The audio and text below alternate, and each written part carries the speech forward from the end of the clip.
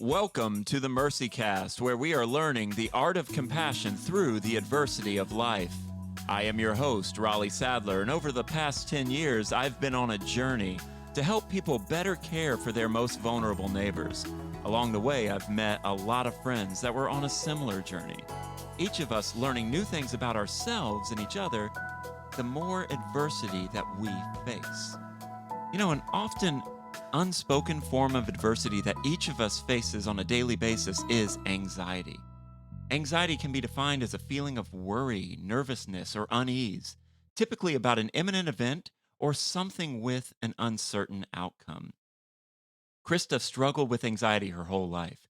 When she was a young child, she had separation anxiety that affected her both at home and at school.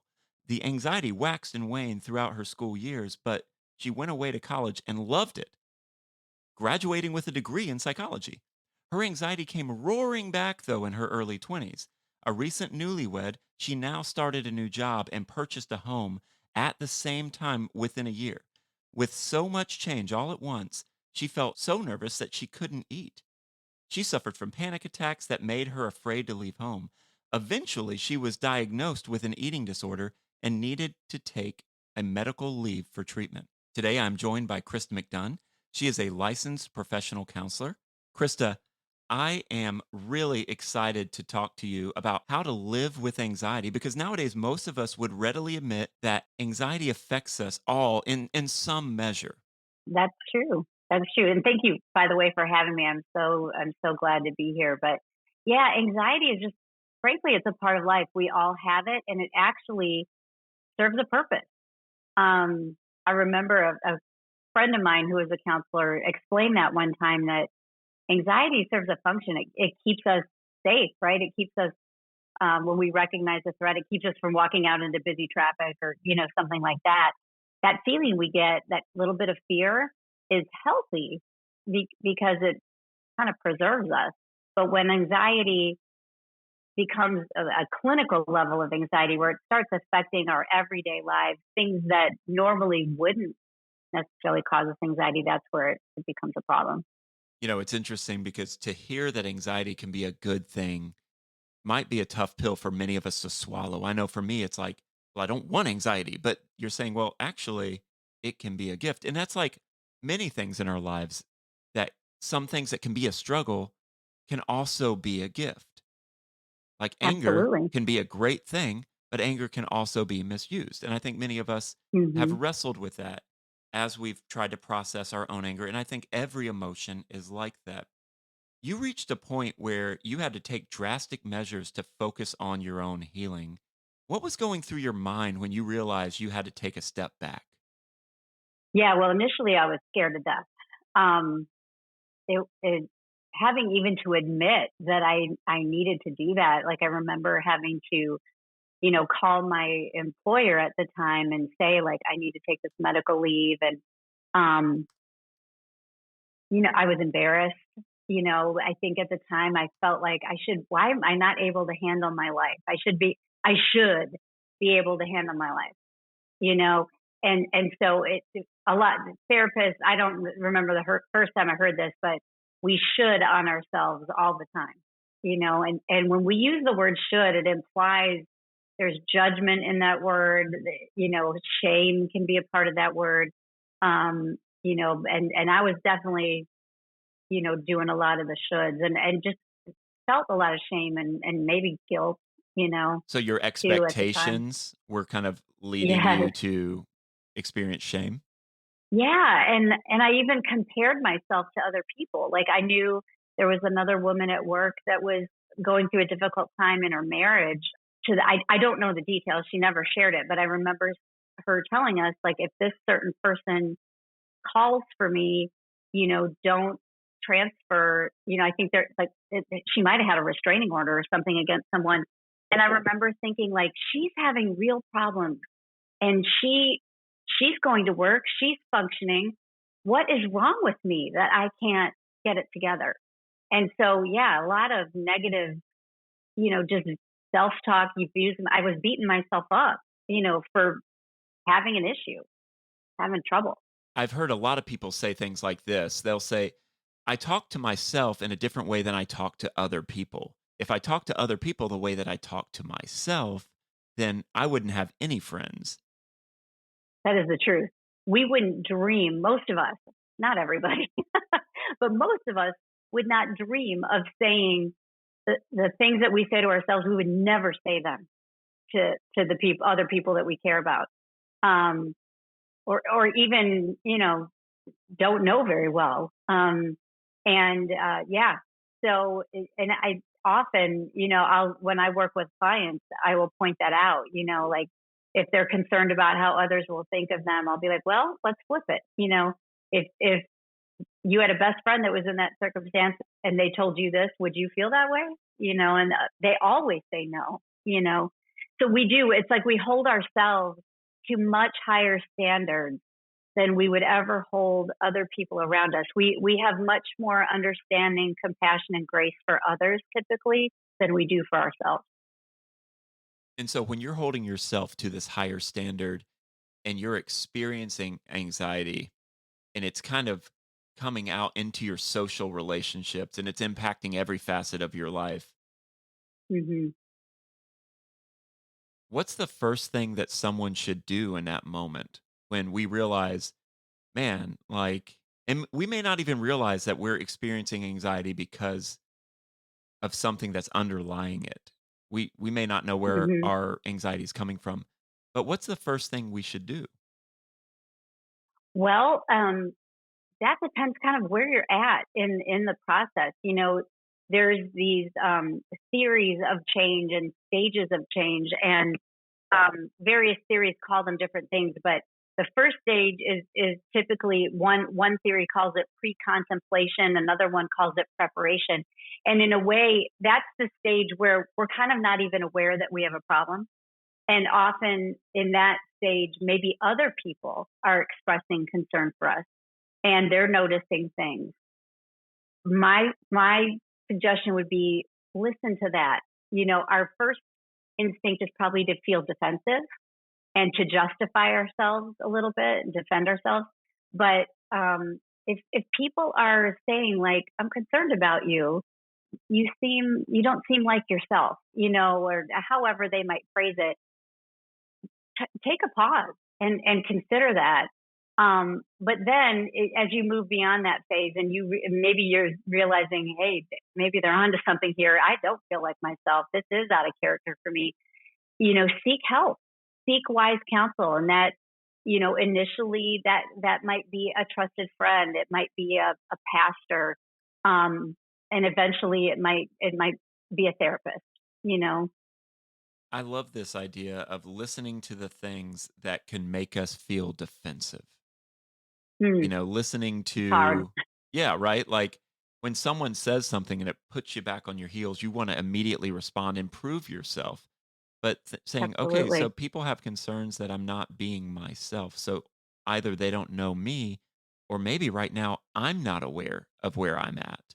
And so Hmm. kind of sitting back and being like, okay, like what's going on in here? What am I experiencing?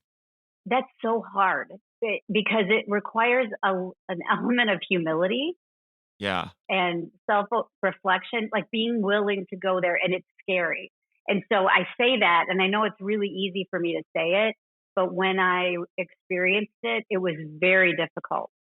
And because keep in mind, I've got the whole that negative, like I should be able to do this, and why can't I? And then if I did have other people saying to me like, "Are you okay? Something seems not right." And so then I'm already realizing it myself and struggling with that, and now I've got this external input coming in that's saying the same thing, and sometimes it can feel like too much.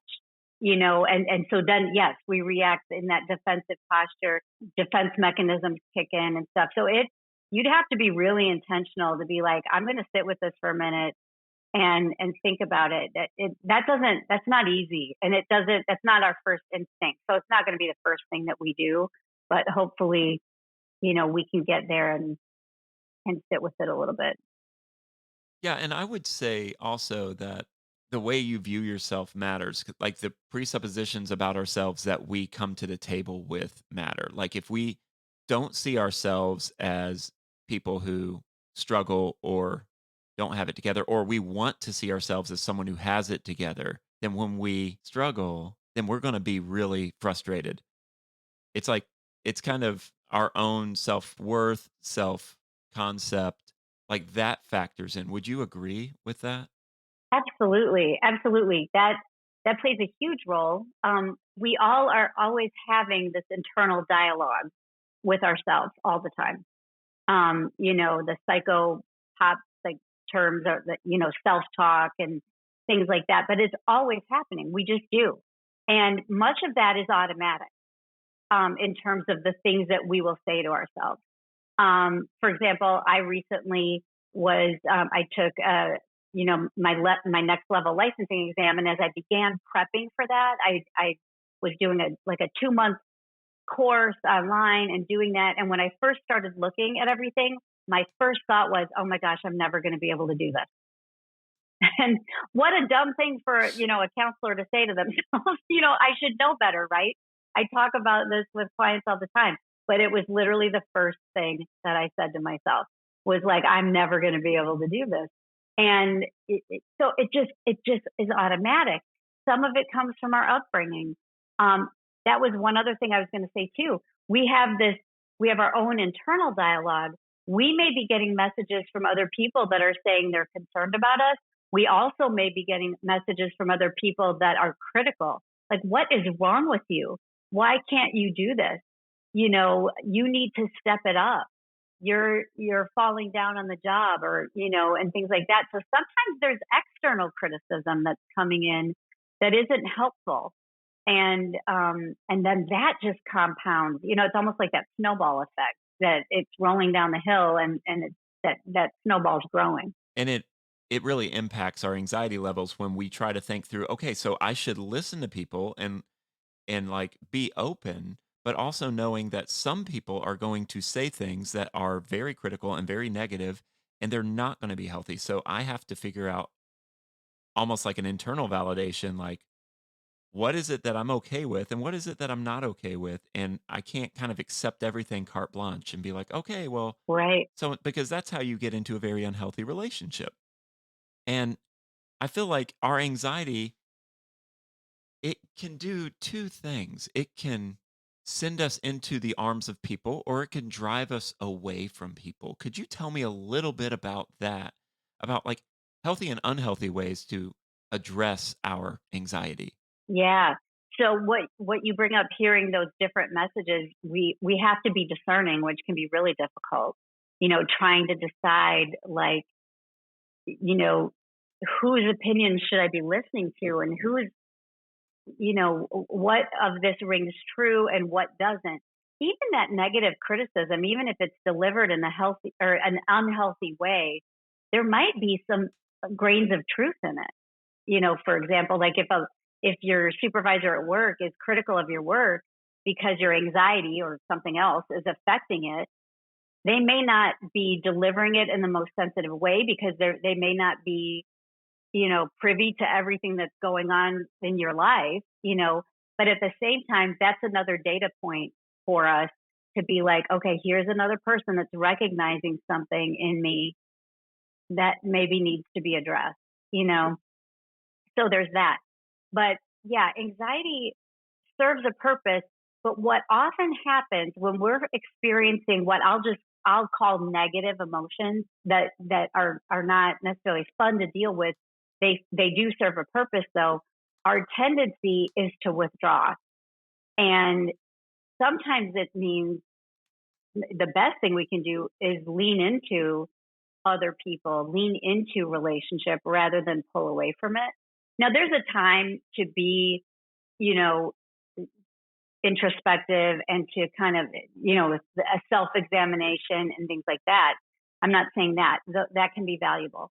But when that becomes the norm, when you start not wanting to engage socially with people, not being involved in the activities that you used to be in, interested in and would do, those are actually clinical criteria that counselors use to determine, like, is this, an actual kind of diagnosable thing, or, is it just kind of normal anxiety that we all struggle with? That helps us define it. So the fact that when we withdraw, that's actually a symptom. Well, and you just said so much that was like I'm challenged by. One of the things you said is when we are dealing with external criticism, there could be a kernel of truth there. And so even in the Yeah, negative things, what can we learn? So rather than kind of pushing it away, because if we completely push away things and completely disown them, that doesn't do anything with the anxiety. It's still hanging around. We have to do some right. work.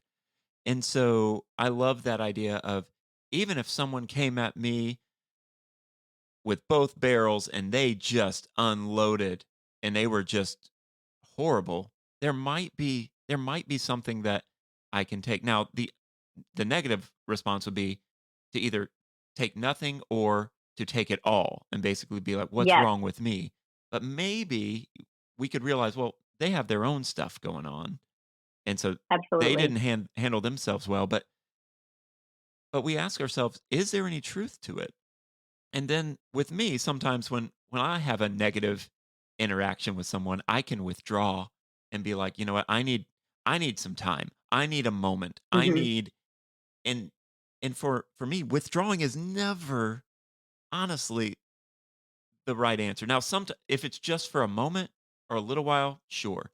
But if I completely withdraw, it's very easy to just kind of be in a worse place. But I love what you're saying about leaning into connection because I believe that it requires vulnerability to not withdraw. It Mm. requires vulnerability to actually re engage. I remember going through something and I was at a big conference and I was talking to a friend and I said, I want to avoid everybody. And my friends are here and I don't even want to be around them. I don't know if I'm in a place. And the person was like, you can't not spend time with your friends. You need to do all the things you would normally do right now. Hmm. And it was amazing. I've always believed that vulnerability, though it scares us, Yes, it leads to the thing that every one of us craves, and that is connection with other human beings. We need connection. We always think that if I just wander away, it's like when I was a kid, my mom started the car. She didn't know that, in Florida winters are weird. So cats outside don't know what to do. So the cat crawled up into the car to stay warm. And she turned on the car, and the cat's tail got caught and almost really ripped it off. And, for you cat oh no. lovers, I know this is hard to hear, but it was a weird moment. The cat kind of Yeah, wandered off and tried to like self-soothe or whatever. And it took a while to find the cat. And then we took it to the vet. But we're a lot like that cat sometimes. When we get hurt, we wander off when ultimately we need help. We need people who can right, look at us and help guide us. And that doesn't mean that everyone's going to be bringing the good stuff, but it does mean that we right. need people to really help us. And so I love that kind of idea of rather than running from, running to. Yeah, and I like the distinction, like when you said I may retreat for a moment. Like I had said earlier, reflection. It's probably good to reflect, right? And to calm down.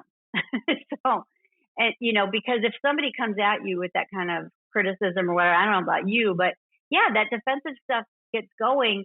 And so if I'm going to handle that in a wise way, I need to inject, there's emotion involved, but I need to inject some reason into it as well. And that then I can operate from a wise place because I'm not neglecting how I feel about it, but I'm also bringing in factual information and analyzing what happened. And then once I've done that, now that's where the vulnerability can come in. Am I going to go back to that person and be like, you know what? I've considered what you've said. You were right. It hurt me. I felt hurt when you said this because, blah, blah, blah. But I also recognize that there's an element of truth, even though I didn't like how you said it. Maybe I understand what you said. Those are just kind of basic communication skills, and it applies to anything, not just obviously anxiety, but you hit on it. Vulnerability is so scary. Most of us we're too afraid to be vulnerable because and sometimes for good reason because we've been hurt. So Yeah. we, you it takes discernment, though. You have to be careful who you do that with and how much you share. But You don't owe everyone everything, and you don't owe correct. everyone your vulnerability. Some people, and that's been a hard lesson for me to learn. And some people think they're being vulnerable when they are just kind of working their stuff out on people. That's Mm, different too. There are people that you can work your stuff out on. Counselors, licensed mental health professionals are great for that. They can help right. guide us. Pastors, but you can be vulnerable without doing that. And you Yes. mentioned this idea of reflection. You mentioned this idea of taking a step back. And it leads me to, I mean, when I first started ministry, I didn't plan to tell this story, but when I first started ministry, I remember really believing that if you believed in Jesus, then you didn't have to take meds. Mm, Which now I disagree with that very much hmm. so. I think medications can kind of give us a little space to kind of figure out what is going on. But how would you respond to someone if they say, well, if you're really a person of faith, you don't need medication for your anxiety? What would you say? Yeah, that is a common thought. I think that's changing, in at least American evangelicalism and things like that. But it is an ongoing discussion, for sure. I guess my my thought is, then why, if I had asthma, wouldn't I just be able to pray more or read my Bible more and not need an inhaler? You know, um, Anxiety, anger, our emotions, we tend to forget that they are involved with a physical organ in our body, the brain. There is a physical basis to it, and so yes, we are physical, emotional, and spiritual beings. We're embodied souls. And we can't, oftentimes, we forget the body and the physical component that can go along with these things. Now, does that mean that every single person who has anxiety that bothers them has to go on medication? No, it does not. There's always research being done. When I was in grad school, there's been research on gratitude and how intentionally focusing on what you're grateful for can be as effective or more so in some cases than antidepressant medication. That's amazing. That the power of what you focus on and what you think on and how that can influence your mood. And that is consistent with scripture, right? Be transformed by the renewing of your mind. Yeah. Whatever is right, whatever is good, whatever is pure, think on these things. So this is the way God designed us. We know this to be true. However, our bodies are affected by sin, and that includes our minds, that includes our brains. And so sometimes things aren't functioning optimally, just as other organs in our bodies don't function optimally, and we may need medication to help that. And I think a lot of times people have misconceptions about the medications when they're used. Nobody is supposed to feel euphoric on these medications or never feel a negative emotion again. That's not what they're designed to do. Whenever I explain it to my clients, I always say, like, medications are designed to get us to kind of a baseline. Yeah.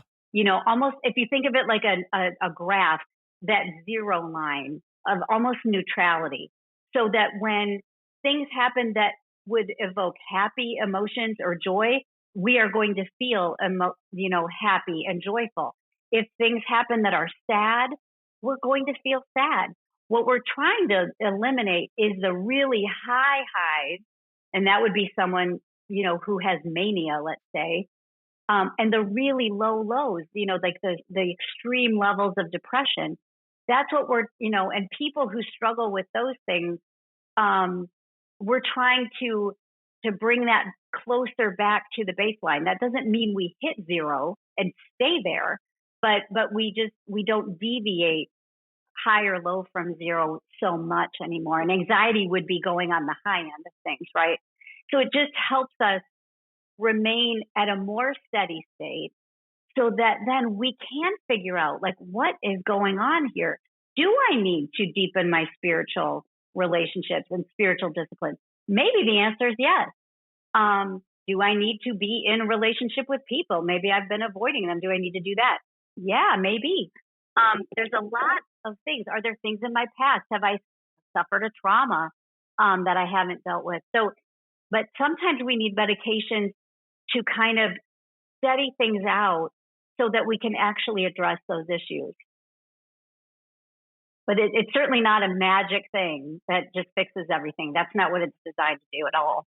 Well, and kind of to your counterpoint that you made, I remember working in an organization years ago. As soon as I got the job, I was told, "Hey, there are some changes within this organization that yes, we know we just hired you. We know you just moved here for the job, but this position may go away across the board. So everyone who's doing what you're doing may lose their job." And I started to notice about 6 months in, I couldn't get a full breath at all when I was in the Yeah. office. And then I noticed that other people were doing the same thing. They're like, I can't get a full breath. And I'm like, what's wrong with me? Is it something with my heart? Is it something with my lungs? I've had issues with my lungs before to where I'm like, oh no, like, is that happening again? And I go to a doctor Hmm. and he checks out everything. I mean, he's like, he's looking through and he says, you know what, man? I think you have anxiety, which would make sense because I'm Yep. I'm very uncertain about my future and all my cards are on the table. This is at that point in my life, being a college minister was all I knew. And so now I'm Hmm. like, well, if this ends, what do I do? Do I get a job at Starbucks? I mean, that's fine. Like I could sling some macchiatos, but like what do I do? And when he told me it's anxiety, I was able to think, oh, now I know what it is. And he goes, well, Yeah. I'm gonna put you on these meds. And I'm like, actually, can we press pause on that? Because now that I know what it is, I want to see if I can manage it without that. And if I can, Hmm. great. And I did. And for me, it was Yeah. like kind of knowing the source of anxiety. And I think a lot of us, we're experiencing anxiety, especially in the pandemic world, you know? Oh, for sure. And it's just like Absolutely. we're all in some way experiencing this anxiety of like, oh no, what's going to happen? Yeah. And how do I deal with this? How would you how would you help people have that moment that I had? How would you help people recognize, well, this is anxiety and it's a normal thing for what you're experiencing? Right. Yes. That frankly, that's a huge part of the work that I do with people is kind of normalizing their experience that given the circumstances you just laid out to me, who wouldn't feel that way? And like you said in the example you gave, you realize I'm not breathing fully and I'm noticing that about all the other people. And that is, yeah, we don't when we're anxious, when we're keyed up like that, when we're waiting for the other shoe to drop, so to speak, we're not breathing. I was just explaining it this week. It's like when you're watching a super suspenseful movie and the music swells and it's your clue that something's going to happen. What are you doing? You're holding your breath because you know something's coming, right? That's what anxiety feels like. And it's one thing to experience it in a movie where you're going to walk out, you're going to go home, and it's going to be fine. But it's another thing when you're going to work day in, day out, and that's what it feels like. That takes a toll on us. But when you discovered the reason for that, the same way, if I were to go to the doctor, so I had problems with my elbow, and it hurt, it just ached, and I thought I can't believe how much energy this is taking from me. It's just an elbow, and what's going on? And of all things, this makes me sound like a grandma, but I like to knit. I find it relaxing, but that repetitive motion of the knitting, like over and over and over, it basically gave me tennis I elbow. was It was about the to same say kind of knitting thing. gave you tennis elbow. It did. It totally did. And so what was the remedy for that? Was the doctor's first thing was like, we're going to inject you with all kinds of stuff, or we're wheeling you into surgery right now. No, the answer was, okay, you need to take a break from that activity right now. You need to rest. You need to, you just need to let that muscle rest and that joint rest and that type of thing.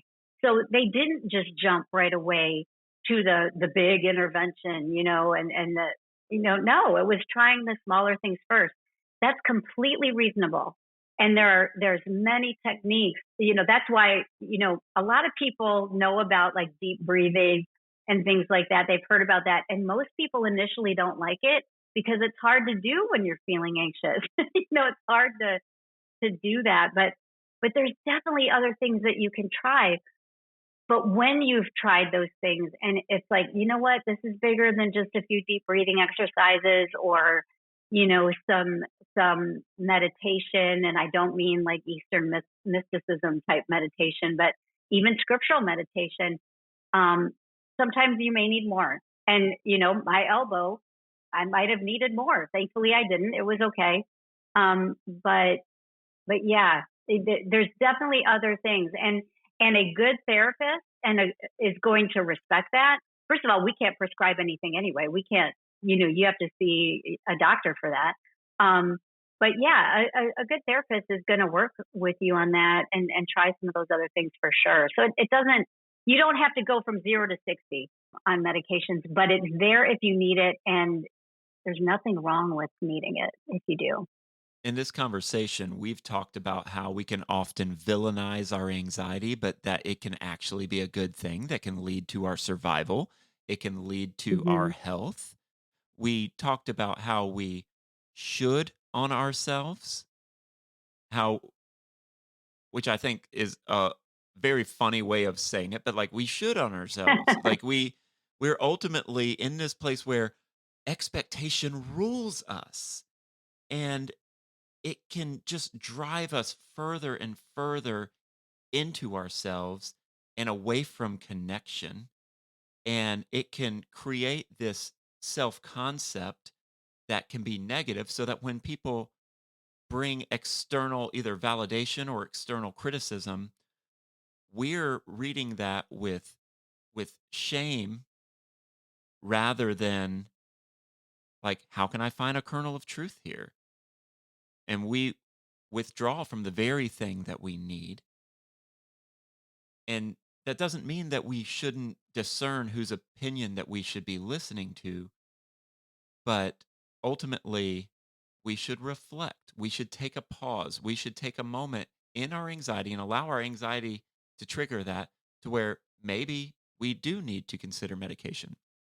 Maybe we need to change our self care habits. Maybe we need to focus on certain exercises. Maybe we need to think through about our spiritual life. We need to look at ourselves as holistic beings and say, Hmm. is there something lacking in my life? And so I feel like this conversation is very helpful for any of us and all of us who deal with anxiety on a daily basis. But could you give us three things that we can take home as we kind of conclude our time here? What are three things that the listeners can really employ in their lives about anxiety? Well, yeah, with anxiety, you hinted at this. I don't know that we said it explicitly like this, but it can be kind of a red flag. It's a signal to us. And so, yeah, you might want to, ask yourself a few questions about that. Like, okay, what is this anxiety about? Is it serving a purpose? Is it trying to warn me that something's going on, that I need to address? And that could be just about anything. But number two, do I need to rest? Have I just been going full tilt and am I pushing myself too hard? Sometimes we just need rest, you know? And then lastly, do I need more connection, especially as you said in this pandemic era? I mean, things are getting better, I think, and people are getting out there again, and we're returning, I think, back to normal. But we were so isolated, and I think now we're as we're coming out of it, people are still fearful, and almost like they've forgotten how to connect. And so how can I connect again, and how can I feel safe connecting again? Um, because we do all need that. Even introverts, I believe, learned during the pandemic, like, I do need people. I don't recharge my batteries necessarily that way, but I still need them. And so, yeah, we're all made for connection and relationship. So those three things would be probably my top suggestions. Krista, thank you so much for your time today and just really helping us process how anxiety impacts us and how it can be a good and bad thing as we're going through life. And it can be something that can be fruitful. I don't want to use good and bad. It can be fruitful, and then Yeah. it can also be counterproductive. But you kind of given us a map through which to kind of follow as we process this. And so thank you again for your time. Oh, you bet. Thanks so much for having me, Raleigh. This podcast is made possible by listeners like you.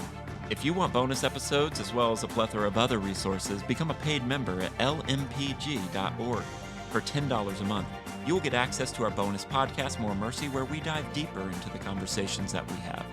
Also, don't forget to smash that subscribe button and leave MercyCast a 5-star review. Till next time, have mercy on yourselves and each other.